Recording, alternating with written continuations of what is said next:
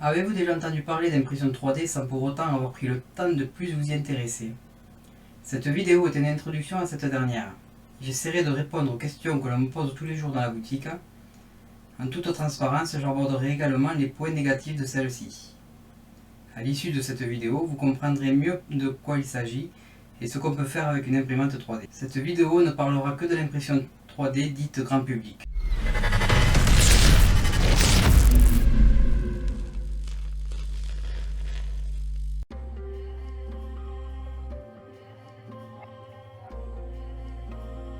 C'est un procédé de fabrication d'objets physiques obtenu grâce à une machine numérique que l'on appelle imprimante 3D. Une imprimante papier classique dépose de l'encre pour former des textes ou des images sur une feuille de papier. Une imprimante 3D dépose sur un plateau une fine couche de plastique fondu ou de résine liquide, puis recommence l'opération avec une autre couche supérieure accolée à la précédente et ainsi de suite, jusqu'à obtenir un objet 3D physique que l'on peut toucher et manipuler.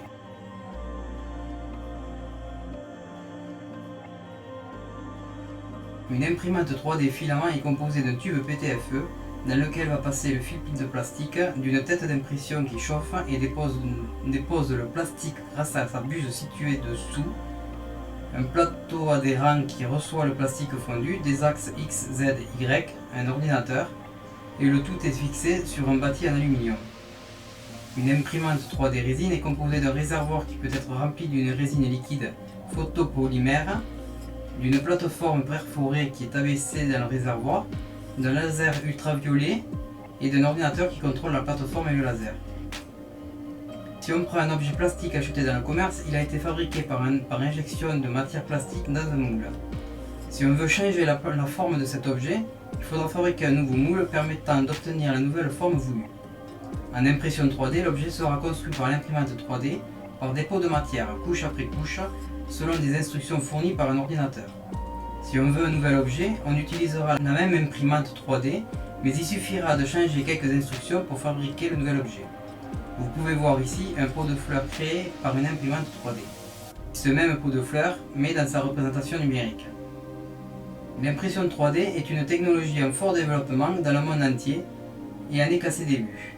Elle est aujourd'hui une des rares solutions pour pallier au fléau du plastique. À l'origine utilisé en industrie pour réaliser des prototypes d'objets, il est aujourd'hui présent dans les foyers pour son côté pratique et ludique. Aujourd'hui, les imprimantes 3D sont devenues abordables, techniquement et financièrement pour le particulier.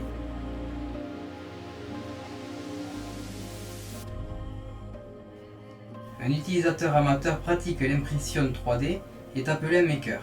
L'imprimante va transformer une bobine de fil plastique ou de la résine liquide en objet 3D.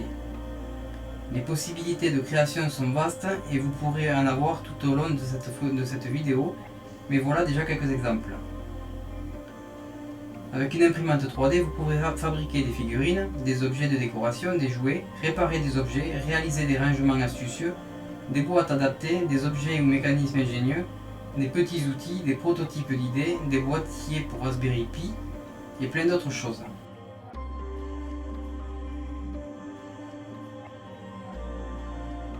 Pour imprimer un objet, l'imprimante a besoin d'instructions. Ces instructions indiquent où et quelle quantité de matière déposer pour former l'objet couche après couche, la vitesse d'impression, les températures, etc. Ces instructions sont obtenues grâce à un logiciel spécialisé appelé Slicer. Le Slicer analyse un fichier 3D qui contient la représentation numérique d'un objet. Il va le découper en plusieurs couches successives dont il déduira de chacune d'elles les instructions nécessaires pour la construire. Ce fichier 3D, dont le format le plus connu est le STL, contient une représentation de l'objet en 3 dimensions. Il aura au préalable été dessiné à l'aide d'un outil spécialisé.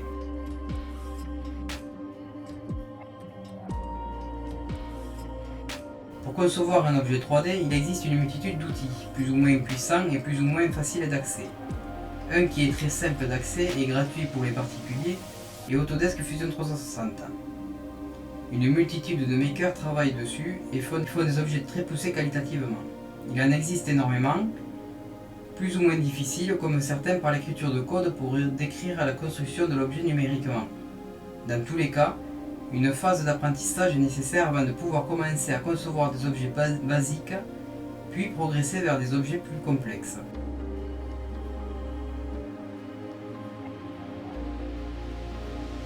Le slicer permet de paramétrer l'impression 3D.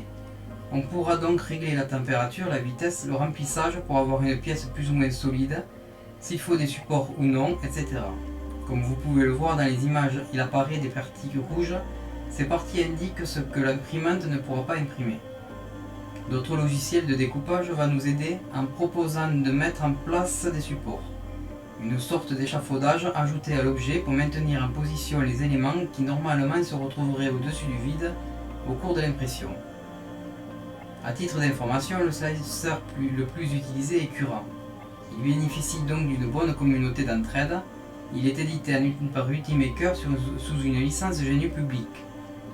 A l'instar de Cura pour les imprimantes 3D filaments, Futubox est le plus courant slicer pour les imprimantes résine.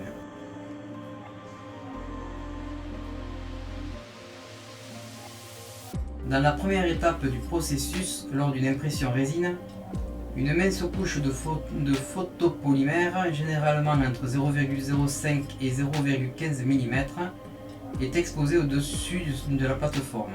La lumière UV frappe la plateforme, dessinant le motif de l'objet imprimé. Le liquide durcissable aux UV durcit instantanément lorsque le laser UV le touche, formant ainsi la première couche de l'objet imprimé en 3D. Une fois que la couche initiale de l'objet a durci, la plateforme est abaissée, exposant une nouvelle couche superficielle de polymère liquide.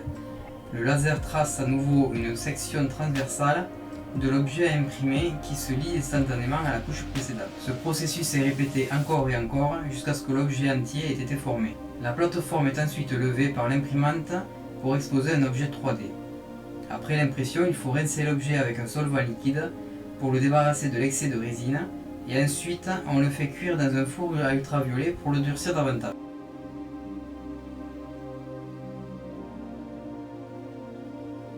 Savoir dessiner n'est heureusement pas un indispensable pour se lancer dans l'impression 3D, car d'autres personnes ont la gentillesse de mettre à disposition leur réalisation numérique sur les plateformes de partage dédiées à ce loisir. Une des plus connues s'appelle Thingiverse. Vous y trouverez vraiment tout type d'objets, voire même plus, comme des projets de création complets à faire soi-même, le DIY. Il faut y jeter un œil pour se rendre compte de l'immensité des possibilités offertes par l'impression 3D. Il existe bien d'autres banques de création comme celle-ci, où d'autres sont plus spécialisées. Il y a de grandes chances que vous y trouviez votre bonheur sans avoir à dessiner vous-même.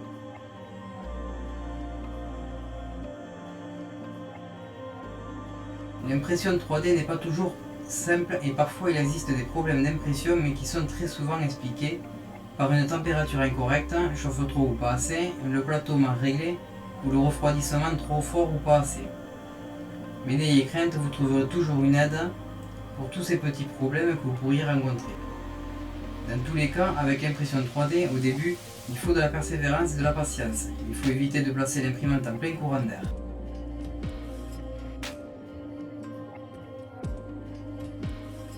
Dans les autres points négatifs que l'on peut citer, il y a le temps. Le temps d'impression est relativement long, construire un objet couche par couche prend du temps et c'est normal.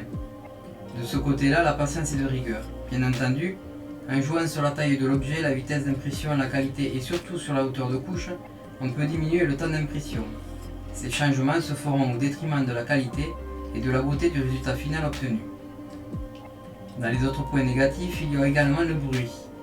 Une imprimante 3D est plus ou moins bruyante, des palliatifs existent comme ne pas la placer dans une pièce de vie.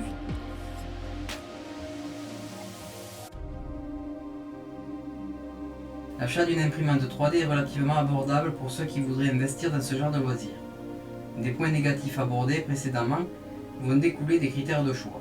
Dans les critères de choix, il y a les volumes d'impression, le type d'adhésion, le support constructeur, le support de la communauté et les tarifs.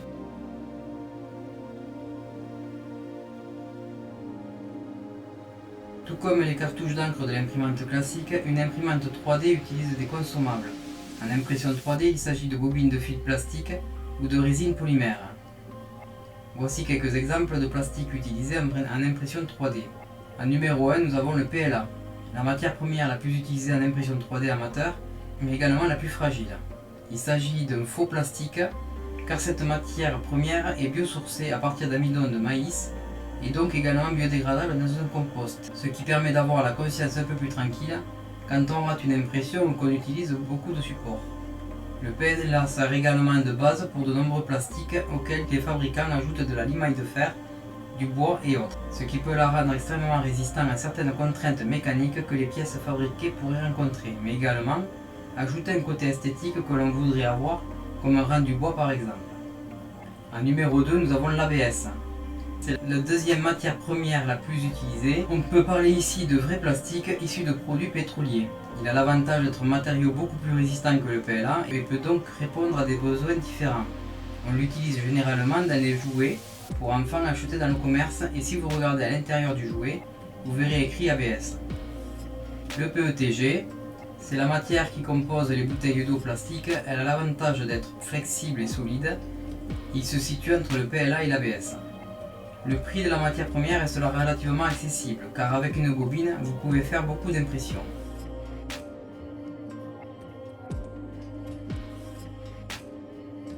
En conclusion, j'espère que vous y voyez maintenant un peu plus clair sur ce qu'est l'impression 3D. Si vous hésitez à vous lancer dans ce domaine, j'espère vous avoir apporté les réponses nécessaires pour vous guider à prendre votre décision. Il faut garder à l'esprit que ce n'est pas un chemin simple à parcourir, mais tout de même un chemin praticable, à toute personne patiente et prête à y consacrer un peu de temps.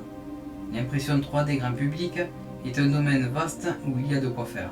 Si cette vidéo vous a plu, je vous invite à laisser un pouce bleu, à laisser un commentaire, à vous abonner, à activer la cloche, à partager, et je vous dis à très bientôt pour une nouvelle vidéo. Salut!